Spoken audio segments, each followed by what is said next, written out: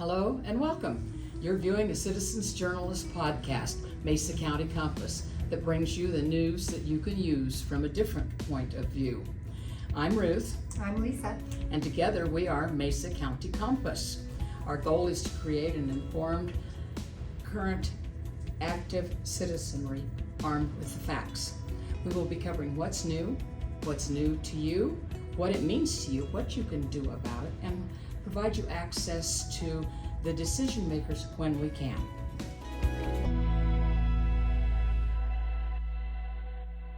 Good afternoon. We are here with Mesa County Compass and Miss Mona Highline, who is the Executive Director, Founder, and CEO of the Joseph Center here in Grand Junction. Welcome, Mona. Thank you. Thank you for having me. You're welcome. And also the Next Star Woman of the Year. Yes. Thank you. And that was amazing. And everybody I saw said she deserved it. So wow. We feel privileged to have you on our We do indeed. podcast. We do indeed. So much. Yes. Thank you. Yeah. Please give us a little bit of your background and a little bit about yourself so we have something to put in our... you with. Yeah. I'm trying to take a really long story and condense it down. So as we were sharing earlier, originally from Oklahoma, I moved to Grand Junction in 1988. Oh, wow. So I've been here a long time. Yeah. And I won't give my age, but I'll just say I've been here a long time. I've always been involved in nonprofit. I worked for Hilltop Community Resources for about 7 or 8 years, I think. I was also on the founding team of the Black Citizens and Friends Unity Coalition here. So for 15 years, I serviced as an event coordinator for the Martin Luther King celebrations and the Juneteenth celebrations. And then I went from there to... doing women's conferences and retreats, and I started hosting those. I did 9 of those here, citywide women's conferences, and so I did that for a while. And then I was approached by another organization back in 2007 and said, would you do an adult mentor program? Oh. And at the time, it just wasn't quite a fit for me, but I'm wondering, what are the gaps in our community? And that's when I got the idea for the Joseph Center. It was in 2007. Wow. Nice. Fantastic. So tell us a little bit about the Joseph Center. What does it do? Who do you serve? And what kind of a niche do you think that fills for the community? The Joseph Center we have this, our whole, I don't know how to word it, the way we do our programs is that we allow the community to dictate itself to us. To whatever that need is. If it's not being filled, we make sure we vet that to see if anybody else is doing it, because we really don't want to duplicate services, right? So that's how we've gotten all of our programs. So we are a nonprofit community outreach organization. Okay. And so when we started out, we did a feasibility study. Throughout our community, we started talking to other organizations. What do we know what you do. We love what you do. What's missing? And so the first thing that was told us is that there was no place at that time, which was 2015. There was no place for homeless families, people with babies, littles, to go during the day. Okay. So that's how we started our day shelter program, because it was a need. And so we wanted it to be safe.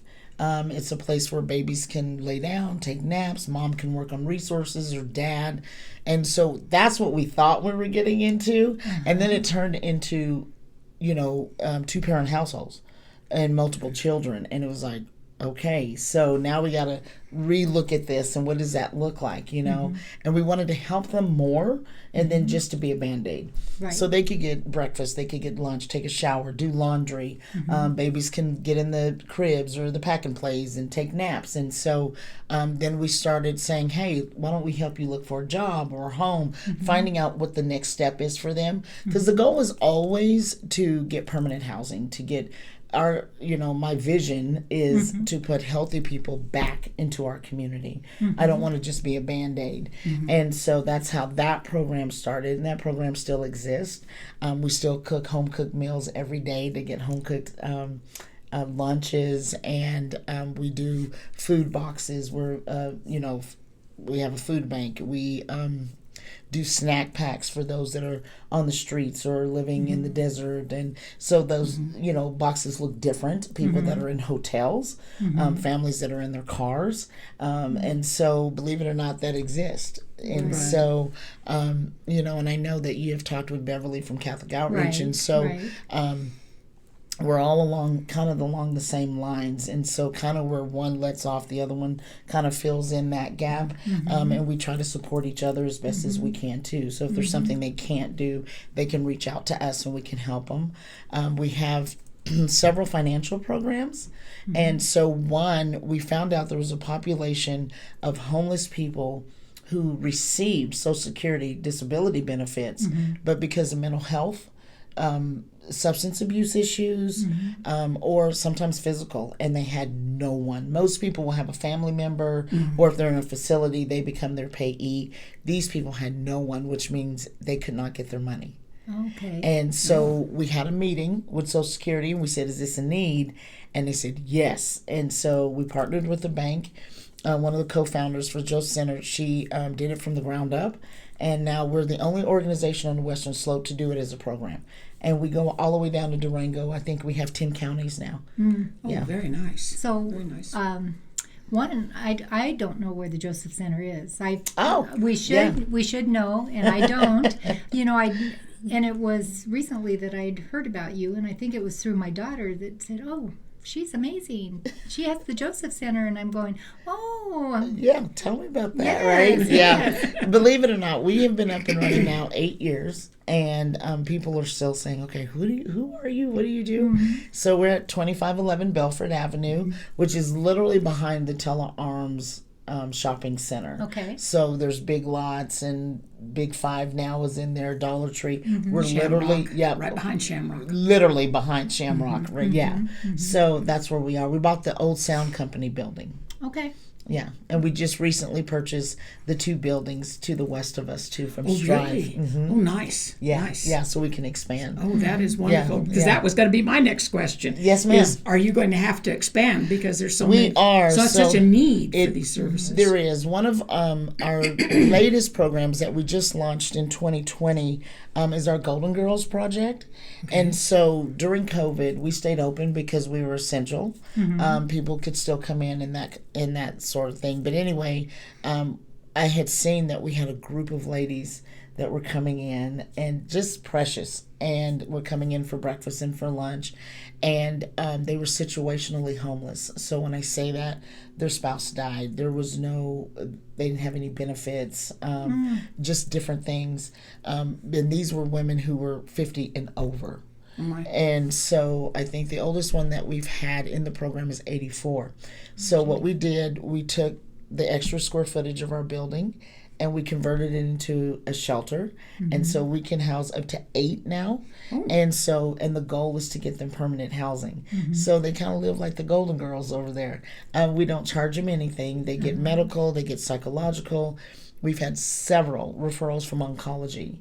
So if you can imagine being, in your 70s and you're taking radiation and chemo and no place to rest. Oh, my word, no. Right? And so we love this program. And our director for that program, Nikki, does a phenomenal job.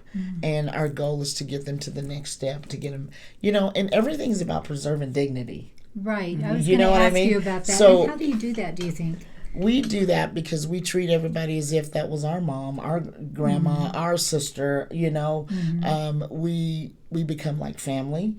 I don't call them clients, we call them guests, because we want to honor them. These are people who had jobs, who raised kids and grandkids, and life happened. One of my favorite stories is one of the ladies that we got was from California. Her house burnt down in one of the major fires. So she moved here to be with her daughter. Her daughter was in low-income housing, and because of that, she couldn't stay with her because of their rules. So she was going to go to this shelter, and the daughter was scared for her to go there, and they found out about us, and through case management and everything, she got her settlement and bought her home. Oh my goodness, how fun. Isn't that cool? Yes. Yeah. Yes. So cool. Yeah. And you were instrumental in making sure that happened. Yeah, the Joseph Center, yes. Yes. And Nikki, of course. And so, Right. you know, when I seen her that day, I'm like, oh, you look so nice. Where are you going? And she goes, to my closing. And so it's just watching, you know, everything we do, we want to see people get back on their feet. And again, putting healthy people back into our community. Because I think that, you know, just being a Band-Aid, we're, you know, well, I can feed you, I can do this for you, we can pay your rent. But if we're not getting to the root of the problem, it just repeats itself.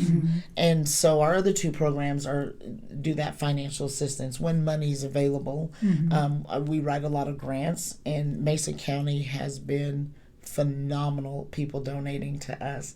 That's how we exist. We're a miracle we even exist, right? And so we have the Golden Girls Project.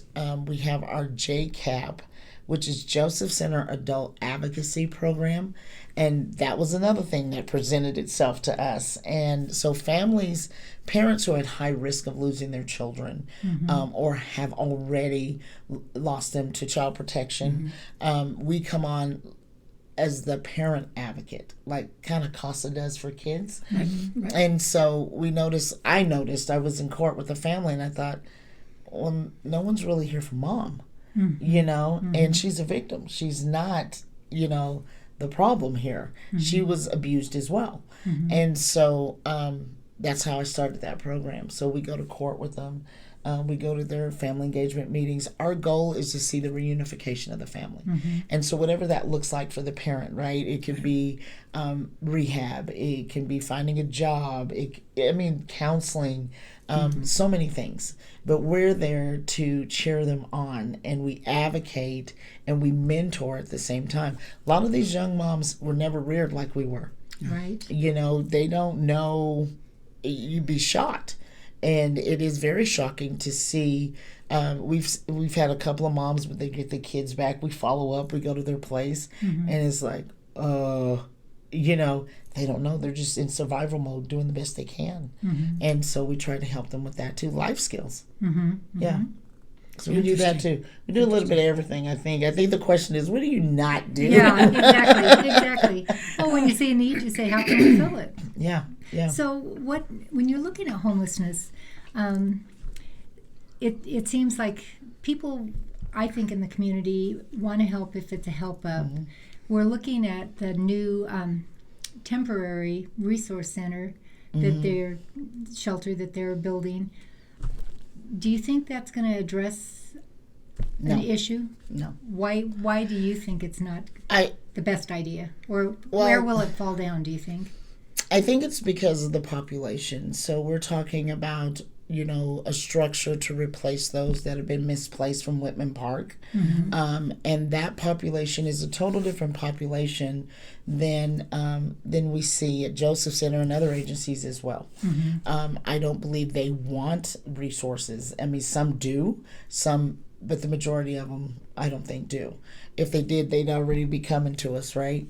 So in that, I'm hoping that it works. I get the whole concept. I get the whole idea. But the main thing that we need is something at night.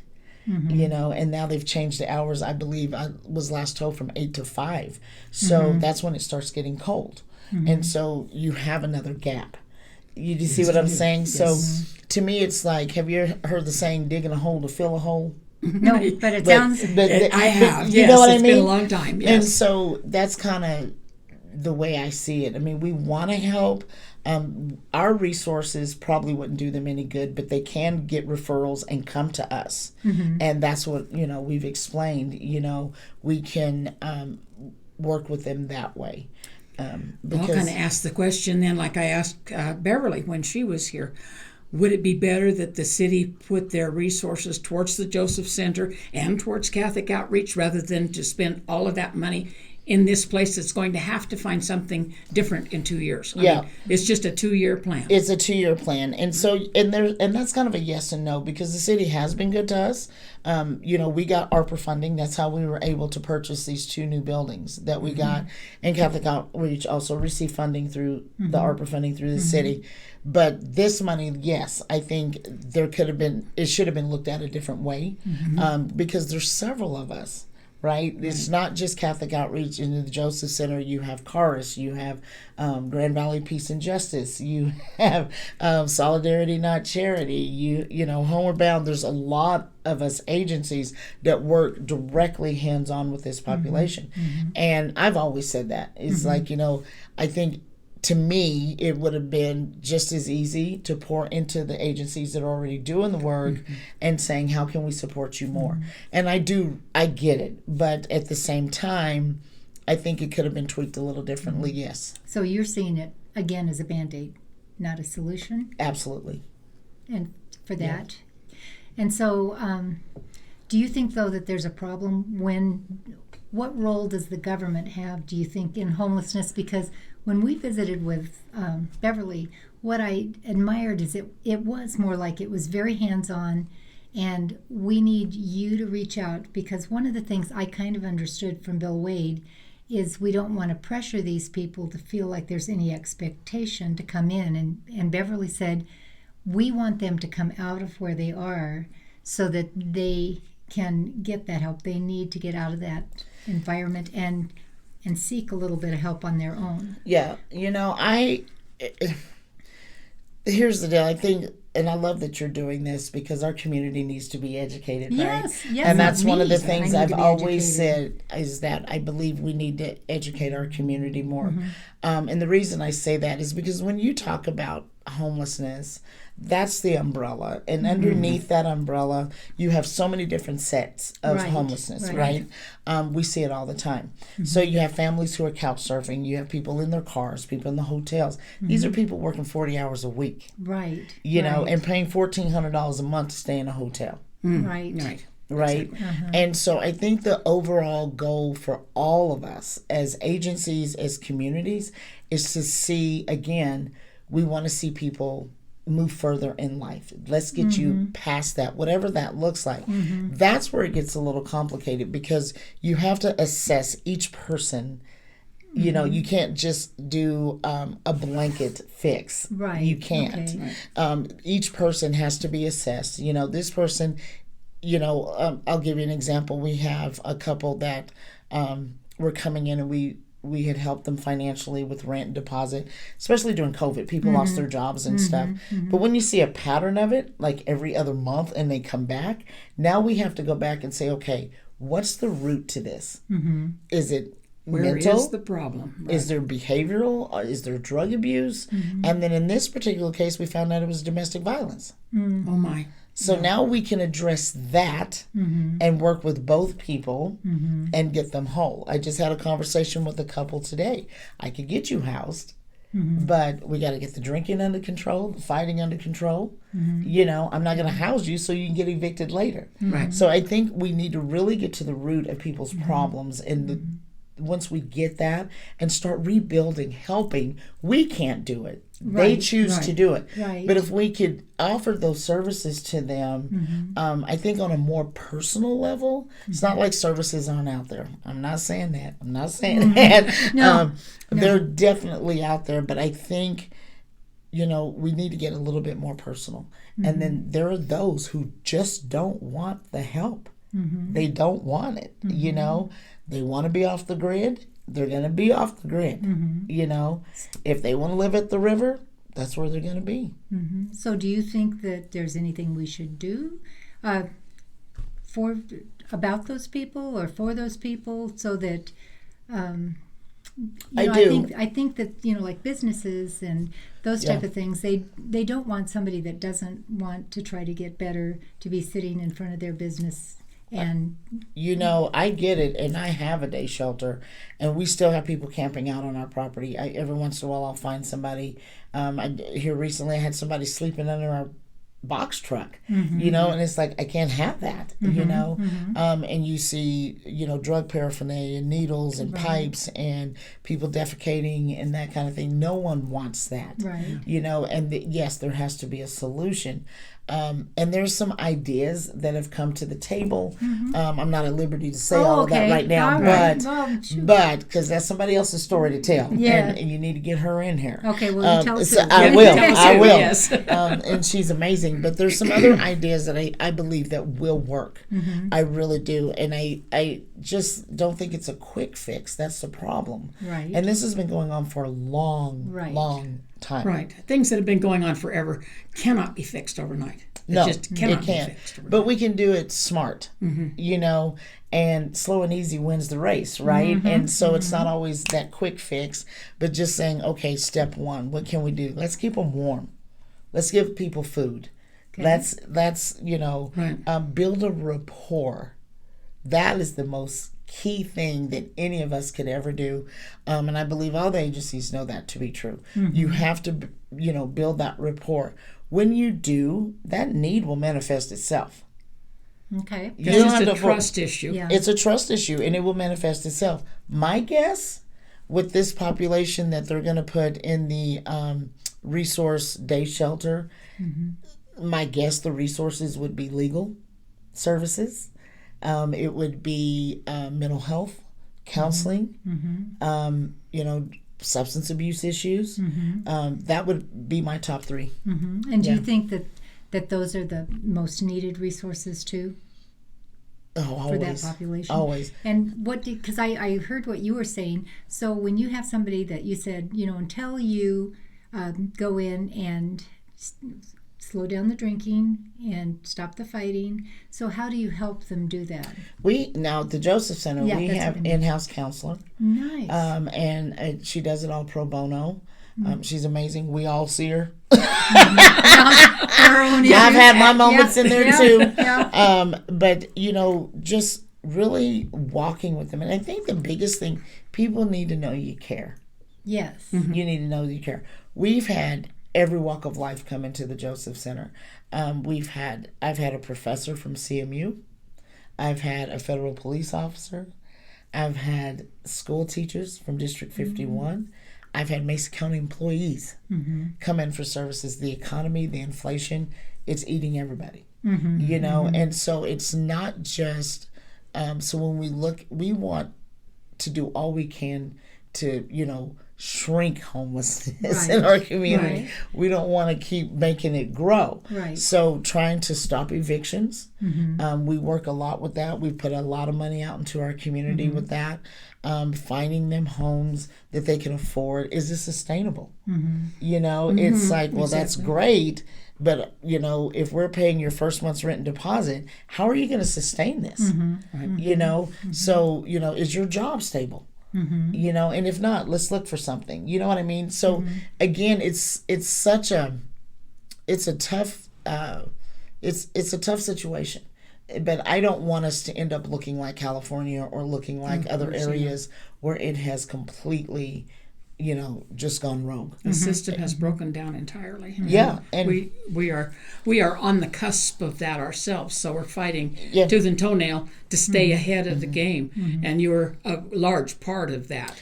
Yeah, I mean, you know, our part is growing. You know, I was just joking today. I'm like, well, we're not the mom and pop little program anymore like we used to be. Right. But I'll give you an example. In the month of November, I don't have all the numbers for December yet, but I can tell you for the month of November, and we were closed for a full week for Thanksgiving, we had over 500 walk-ins.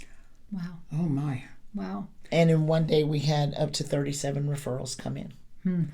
And so the need is great. And it's so hard to just focus on, you know, your chronic homeless. It's hard to just focus in one area because it's all of them.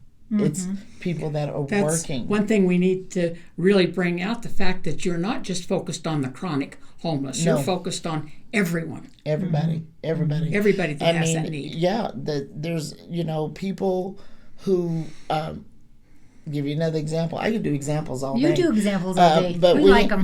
We had a young lady come in. She's a full-time employee at one of our hospitals here locally, full-time, 40 hours a week. Her husband works 40 hours a week, but their 2-year-old was diagnosed with spinal cancer. And so financially, you know, they made that $1 over where they couldn't get the assistance that they needed and stuff. So when they come to us for financial assistance, it's very humbling. You know, because they work. And you can ask them, you know, do you have this? Do you have this? You know, government programs. And they are like, I don't even know what that is. Right. And so they had fallen behind on rent, utilities.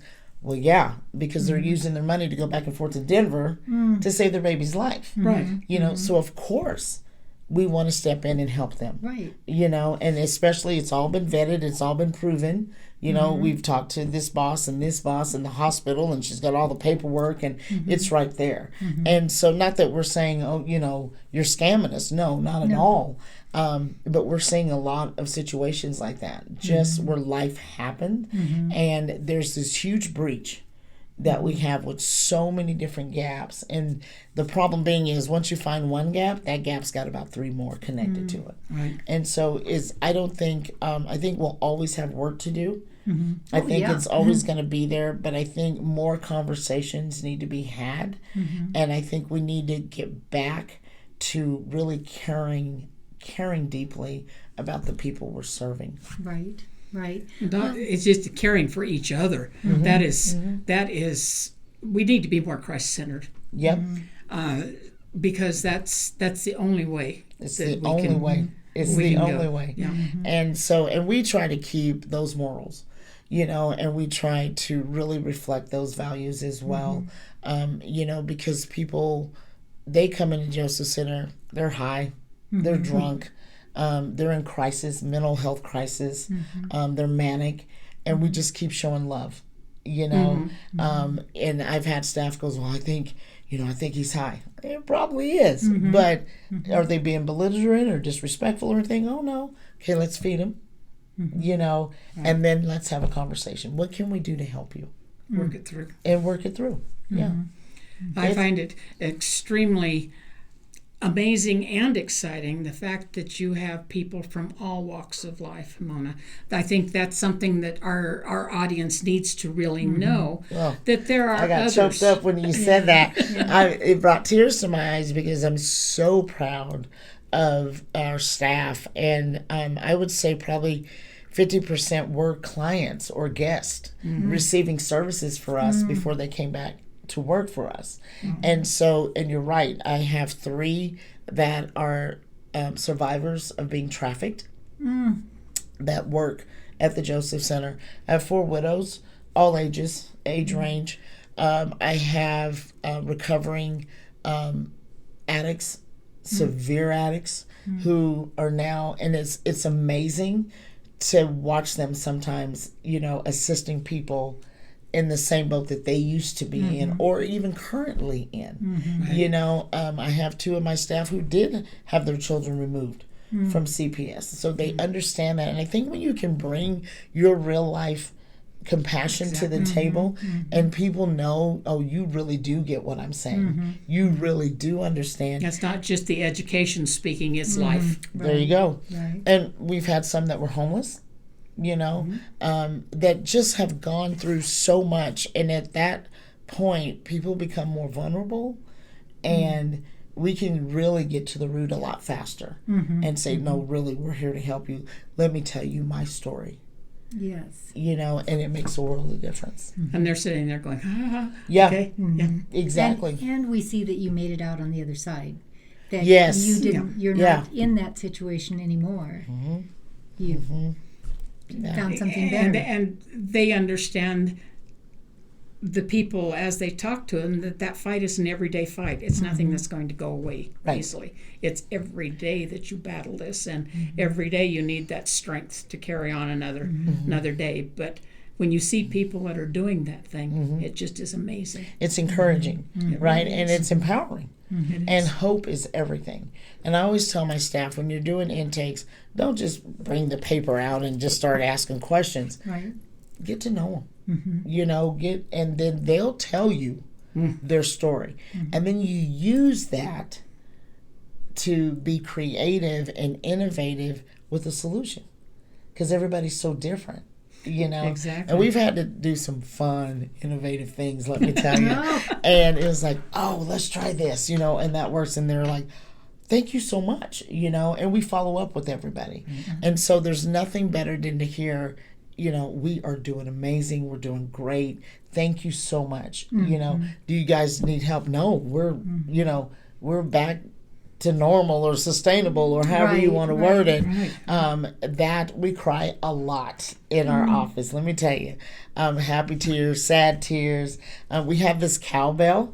It's so much fun. And every time someone gets a job, a home, or get their kids back, they have to ring that bell. And so it's such an incentive to the other guests, because they're like, I'm going to ring that bell one day. I'm going to ring that bell. And I'm like, I want you to. Kind of like an angel getting its wings. Exactly. And no matter who rings it, the whole building, everybody stops and cheers. No matter, because they can hear it all over. And so as soon as they hear that bell, everybody just stops. I've been in meetings and I'm like, excuse me. We have to encourage. We have to continue to encourage. We have to continue to walk in love and bring hope and preserve dignity to the best of our ability. Now, does everybody in there want that? No. We have people that it's like, okay, you can't be here, because they are belligerent and they are mean, and we've confiscated knives and all kinds of stuff. But for the most part, we hear a lot about, okay, this place feels different. Why does it feel so different in here? Is this real? And it is real. I helped a single dad. Oh, stop!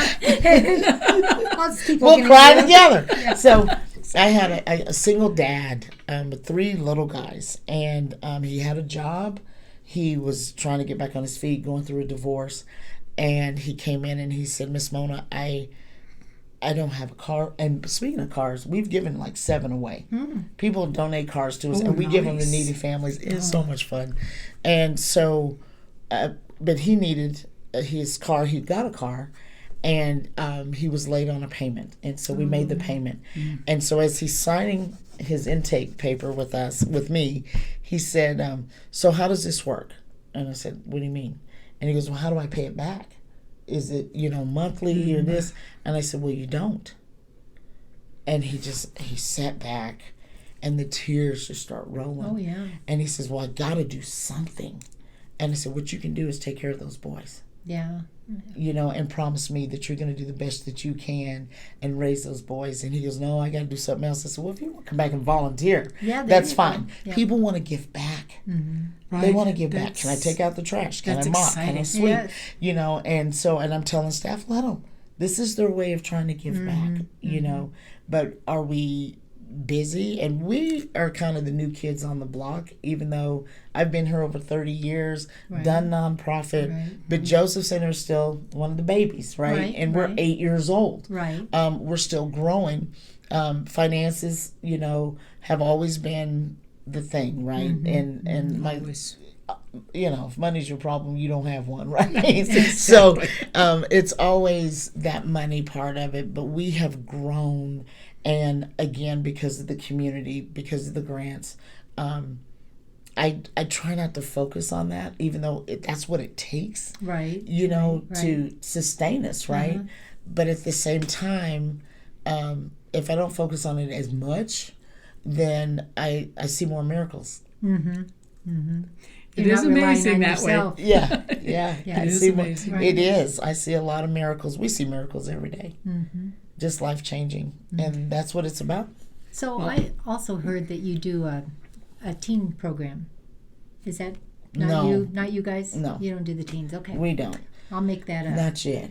No, Right. I'm just kidding. No, Cars got that down. I think Hilltop has that down. Other people have that down. And we really want to stay in our lane as much as possible. Yeah. We do partner, as much with other agencies as we possibly can. I could give you a whole list of people to put in this chair. I can keep you busy for months. That's good. So, We'll take it. Well, And and people want to know, and they have, like me, I have my own prejudices. I have my own misconceptions, and Right. and then you don't quite know how to help, and you don't want things to just be like throw money at it. Sometimes I feel like that's what the school district does is, well, what we need is more money, and you're thinking, well, maybe, but maybe you need to do things a little differently, and that's what I see even in Catholic outreach, the places that they built for homeless, Yes. they stay nice. Yes. And they're not like oftentimes in low-income housing, and I think maybe it's because you were able to get in there and you don't have the pride and you don't have and maybe I'm wrong. No, Maybe I think it is. thing. It's what I call a poverty mentality, and so really trying to. I mean, because there's statistically proven when they start mixing populations. So you have, let's say, an apartment complex. There's a dentist and there's a school teacher, and you have 3 or 4 moms who have a housing voucher, but they're all in it together. They take better care of it. Their self-esteem is. You know what I mean? And I think that a lot of times, and thank God for low-income housing. I mean, because we're full, we need it, and we need more. And I know people are working on that. But again, it's almost a Band-Aid. It's a big Band-Aid because housing is so needed. But, But you're not making that people connection with those people. And helping them rebuild themselves. Right. So that they will respect it. Because after a while you keep beating somebody down, right, and you're telling them, oh, you're low income, you're poor, you're this, you're that. Yes. That's all they know. I don't know how to function outside of this. I don't know how to function. Some of it's generational. Right. Grandma was on welfare, mama was on welfare, now I'm on welfare. That's just how we do. That's been our life. That is the structure of who we are. I think, personally, we can break that. I think we can break that cycle. It's going to take work. I don't have the magic words, but I do believe it can happen. I'm a firm believer because I've seen it. I've seen it, not on a big scale, but it doesn't matter. One at a time, one family at a time, one person at a time can make a huge difference. Like the guy throwing the starfish back into the sea. Yep, save that one. Yep. Exactly. Yes. Exactly. Yeah. Well, I do have to ask you at this point, what can we do to help the Joseph Center? Send money. No, it's always a key. And I think we need volunteers. And so many times people say, oh, yeah, I want to come down and volunteer.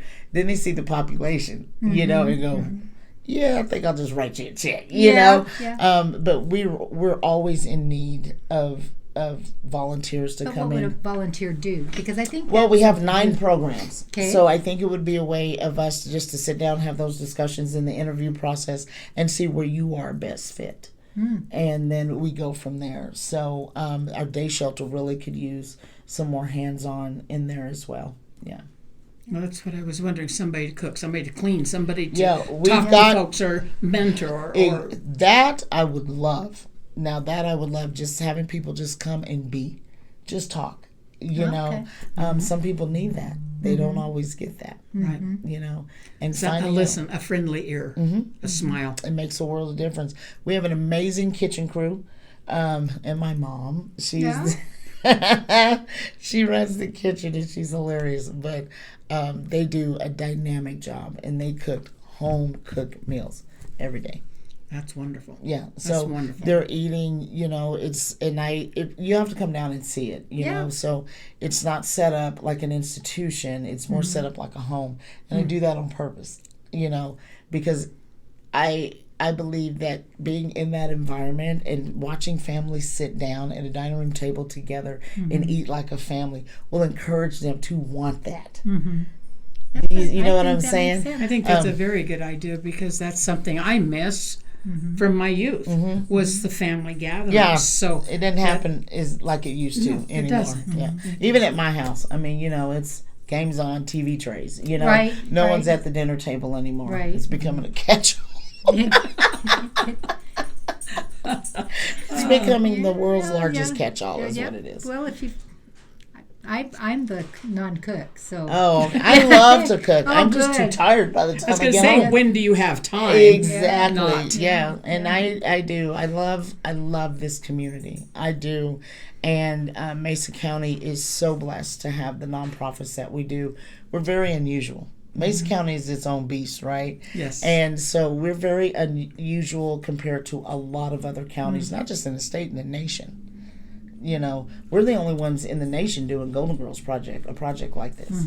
And so I would love to see that expand, you know, out and being innovative and creative. But Mesa County is very, very blessed. And I think we take advantage of that. And I think sometimes it can, you know, thus us as agencies need to really step back and look at why we started doing what we're doing and getting back to keeping the main thing. Exactly. Mona, thank you so much for coming and joining us on Mesa County Compass. We are delighted to have you and hope that you will come back. I would love to. I love it. And we would love to come down and take some photos. Please, and I'll show give people you what the. it looks like. Come down. I'll give you the nickel tour and Maybe maybe Why even don't have you- lunch with us. Yeah, you know? that'd be lovely. Yeah, could do that. we would love that. Thank you so much. Well, you've been watching Mesa County Compass. These are the facts as we see them, the truth as we know it. You decide.